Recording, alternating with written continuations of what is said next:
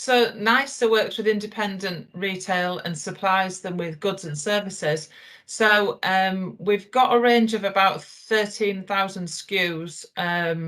Now, Co-op acquired Nisa in 2018. So that actually means that retailers can get access to the Co-op own label brand. So I think the actual estate is made up of 1,400 retailers, 2,500 shops. They're fascia, so Nisa fascia, and non-fascia, so purely independent retailers. And the fact we can kind of supply a whole vast array of stores and also totally respect independent retailers, it puts us in a brilliant position. Actually, only 25% of our retailers are Nisa fascias, so we've got a lot of retailers that are purely independent, which we absolutely respect, and there's a lot of heritage with many of those businesses, and they're absolutely fascinating, you know, very, very passionate retailers, entrepreneurs.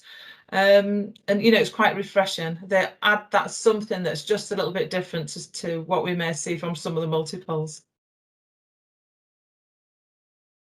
So it's added a lot of complexity and challenge, but I mentioned previously that agility is kind of the key, and the fact that our entrepreneur retailers can adapt their ranges and be, you know, offer something that's appealing to the customer is something that a lot of others can't do. So not only have they got the huge range of products to choose from, actually they may choose to take facings down, but add in more SKUs so that our customer base have got a one-stop shop for absolutely everything. And certainly during the pandemic, it's not only strengthened the sort of community feel relationship between customers and those local stores, but actually the customers now see those stores as a one-stop shop, which is brilliant. You know, supporting the local community. They've got people from the community working in the shops, so actually it's kind of a win-win. So strengthening relationships, and actually some of the lonelier people may have spent, that may be the only thing they've ever done, you know, stayed at home or gone to the shop.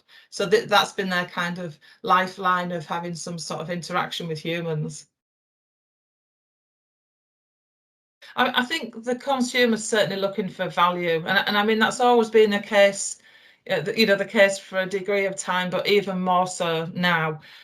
Food to go is definitely building back up. I mean, we are starting to see people back out on the road because some of our forecourt retailers, you know, really saw the reduction in traffic. Therefore, they had to offer something different in their stores. And some of the forecourts are a really good example of where they've had to really think about extending that proposition and that range so they can start to attract new customers. And then the new customers have become much more loyal to those stores, and I've started to use them on a kind of ongoing basis. And actually, you know, there has been an increase of antisocial and threatening behaviour in retailer, which Co-op do lobbying for, which obviously we join up with and support, because that puts our retailers under an awful lot of pressure. So, you know, there's a lot of things have really changed.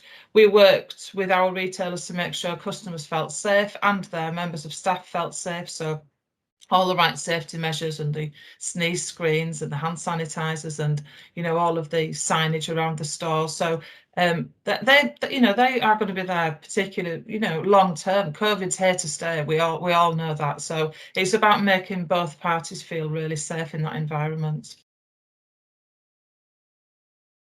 Well, I think it's really important to hold on to that footfall from, you know, in the now post-pandemic.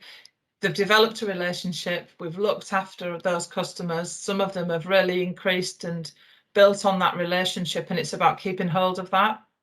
So keeping the proposition compelling, you know, be as friendly as you've always been, making sure that customer service is absolutely spot on so they feel like they really come and enjoy that human interaction. So keep hold of that loyalty. Keep an eye on legislation changes. You know, we've got the new high fat, salt and sugar product positioning, which is our next challenge about where we're going to put product in store. Keeping up to date with all of this kind of information, and then, you know, thinking around impacts around Brexit. You know, we've got to now think about the driver shortage impact so that we can get product into stores, and, you know, what can we do to mitigate that? So there's always a challenge, but we've always got a solution.